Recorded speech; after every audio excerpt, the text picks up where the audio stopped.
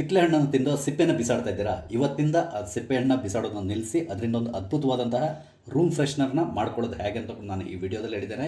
ತುಂಬ ಸುಲಭ ಮತ್ತು ಅದ್ಭುತವಾದಂಥ ಪರಿಣಾಮ ಇರುವಂತಹ ಈ ರೂಮ್ ಫ್ರೆಶ್ನರ್ನ ನೀವು ಈ ಕಿತ್ತಳೆ ಸಿಪ್ಪೆಯಿಂದ ಮಾಡ್ಕೋಬಹುದು. ಹಲೋ, ನಮಸ್ತೆ ಎಲ್ರಿಗೂ. ಹಾಗೆಯೇ ನಿಮ್ಗೆ ಏನಾದರೂ ರೆಡಿಮೇಡ್ ರೂಮ್ ಫ್ರೆಶ್ನರ್ ಯಾವುದಾದ್ರೂ ಒಳ್ಳೇದು ಬೇಕು ಅಂತಂದರೆ ಈ ವಿಡಿಯೋದಲ್ಲಿ ಲಿಂಕ್ ಹಾಕಿರ್ತೇನೆ. ನೀವು ಫೇಸ್ಬುಕ್ಕಲ್ಲಿ ನನ್ನ ವಿಡಿಯೋನ ನೋಡೋದಿದ್ರೆ ನೀವು ಫಸ್ಟ್ ಕಮೆಂಟನ್ನು ಚೆಕ್ ಮಾಡಿ. ಥ್ಯಾಂಕ್ಸ್ ಎಲ್ರಿಗೂ. ನಮಸ್ಕಾರ ಎಲ್ರಿಗೂ, ಅಮ್ಮೀಸ್ ಲೈಫ್ ಸ್ಟೈಲ್ಗೆ ಸ್ವಾಗತ. ಈಗ ಆರೆಂಜ್ ಸೀಸನ್ ಅಂದರೆ ಕಿತ್ತಳೆ ಹಣ್ಣಿನ ಸೀಸನ್. ನಾವು ಏನು ಮಾಡ್ತೇವೆ, ಕಿತ್ತಳೆ ಹಣ್ಣನ್ನ ತಿಂತೇವೆ, ಸಿಪ್ಪೆನ ಬಿಸಾಡ್ತೇವೆ. ಆದರೆ ಈ ಕಿತ್ತಳೆ ಹಣ್ಣಿನ ಸಿಪ್ಪೆಯಿಂದ ಒಂದು ರೂಮ್ ಫ್ರೆಶ್ನರ್ನ ಹೇಗೆ ಮಾಡ್ಕೊಳ್ಳೋದು ಅಂತ ನಾನು ನಿಮಗೆ ಇವತ್ತು ಹೇಳ್ತಾ ಇದ್ದೇನೆ. ಮಾಡೋದು ತುಂಬ ಸುಲಭ. ಮತ್ತು ನಿಮಗೆ ಈ ರೂಮ್ನಲ್ಲಿ ಇದನ್ನು ಈ ಫ್ರೆಶ್ನರ್ನ ಮಾಡಿಟ್ರೆ ಇಡೀ ದಿನ ರೂಮು ಫ್ರೆಶ್ ಆಗಿರ್ತದೆ. ಯಾವುದೇ ರೀತಿಯಾದಂಥ ಕೆಟ್ಟ ಸ್ಮೆಲ್ ಕೂಡ ಬರಲ್ಲ.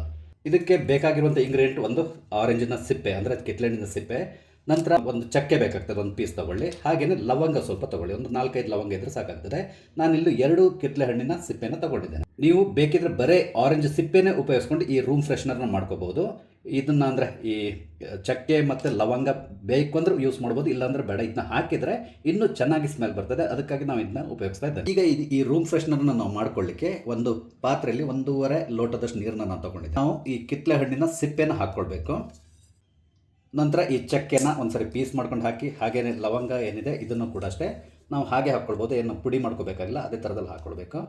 ಈಗ ಇದನ್ನು ಸ್ಟವ್ನಲ್ಲಿಟ್ಟು ಲೋ ಫ್ಲೇಮ್ನಲ್ಲಿ ನಾವು ಬಿಸಿ ಮಾಡ್ಕೋಬೇಕು. ಒಂದು 8ರಿಂದ 10 ನಿಮಿಷ ಬಿಸಿ ಮಾಡ್ಕೊಂಡ್ರೆ ಸಾಕು. ಲೋ ಫ್ಲೇಮ್ನಲ್ಲೇ ಮಾಡ್ಕೋಬೇಕು, ಯಾಕಂದರೆ ಇದು ಜಾಸ್ತಿ ಕುದಿಬಾರ್ದು. ಕುದ್ರೆ ಅದರ ಫ್ರೆಶ್ನೆಸ್ ಹಾಳಾಗೋಗ್ತದೆ, ಅಂದರೆ ಆ ಸ್ಮೆಲ್ ಇದೆಯಲ್ಲ ಅದು ಕಮ್ಮಿ ಆಗಲಿ ಶುರು ಆಗುತ್ತೆ. ಅದಕ್ಕೆ ಸ್ವಲ್ಪ ಬಿಸಿ ಮಾಡ್ಕೊಂಡ್ರೆ ಸಾಕಾಗ್ತದೆ. ಒಮ್ಮೆ ಮಿಕ್ಸ್ ಮಾಡ್ಕೊಳ್ಳಿ. ಈ ಲವಂಗ ಮತ್ತು ಚಕ್ಕೆ ಎಲ್ಲದೂ ಕರೆಕ್ಟಾಗಿ ಮಿಕ್ಸ್ ಆಗಬೇಕು. ನೋಡಿ, ಮೆಲ್ಲಗೆ ಕುದೀತಾ ಇರೋ ಒಂದು 5 ನಿಮಿಷ ಆಗಿದೆ. ಇನ್ನೊಂದು 2-3 ನಿಮಿಷ ನಾನು ಇದನ್ನ ಬಿಸಿ ಮಾಡ್ಕೋತೇನೆ.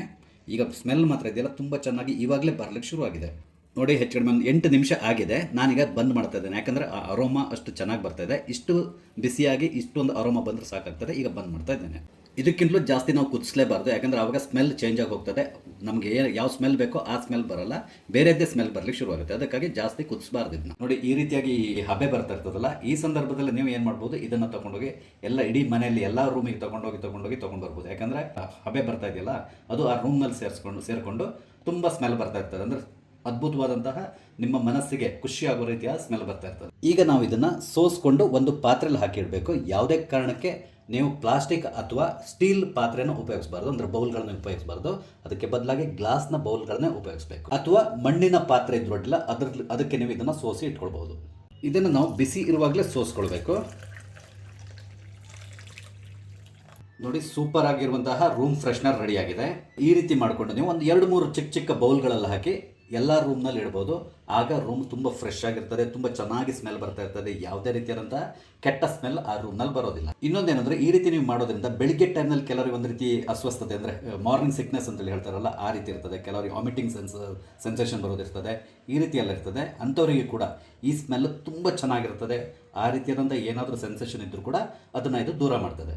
ಈ ರೀತಿ ನೀವು ಮಾಡಿ ಒಂದು ದಿನ ನಿಮ್ಮ ರೂಮ್ನಲ್ಲಿ ಇಟ್ಟಿದೆಯಲ್ಲ, ಇಡೀ ದಿನ ಆ ರೂಮಲ್ಲಿ ತುಂಬ ಉತ್ತಮವಾದಂಥ ಸ್ಮೆಲ್ ಬರ್ತಾ ಇರ್ತದೆ. ಹಾಗೆಯೇ ಇಡೀ ದಿನ ಆ ರೂಮ್ ಫ್ರೆಶ್ ಆಗಿರ್ತದೆ. ನೋಡಿದ್ರಲ್ಲ, ಕಸದಿಂದ ರಸ ಅನ್ನೋ ರೀತಿಯಲ್ಲಿ ನಾವು ಉಪಯೋಗಿಸದೆ ಬಿಸಾಡುವಂತಹ ಕಿತ್ತಳೆ ಹಣ್ಣಿನ ಸಿಪ್ಪೆಯಿಂದ ಒಂದು ಅದ್ಭುತವಾದಂತಹ ರೂಮ್ ಫ್ರೆಶ್ನರ್ನ ಮಾಡ್ಕೊಳ್ಳೋದು ಹೇಗೆ ಅಂತ ಹೇಳಿದ್ದೇನೆ. ನಿಮಗೆ ನನ್ನ ಈ ವಿಡಿಯೋ ಇಷ್ಟ ಆದರೆ ಲೈಕ್ ಮಾಡಿ, ಶೇರ್ ಮಾಡಿ. ಹಾಗೆ ಬೇರೆಯವ್ರಿಗೆ ಕೂಡ ಇದನ್ನು ತಿಳಿಸಿ. ಕಾರಣ ಏನು ಅಂತ ಹೇಳಿದ್ರೆ ಎಲ್ರಿಗೂ ಇದು ತುಂಬ ಉಪಯೋಗ ಆಗುವಂತಹ ವಿಡಿಯೋ.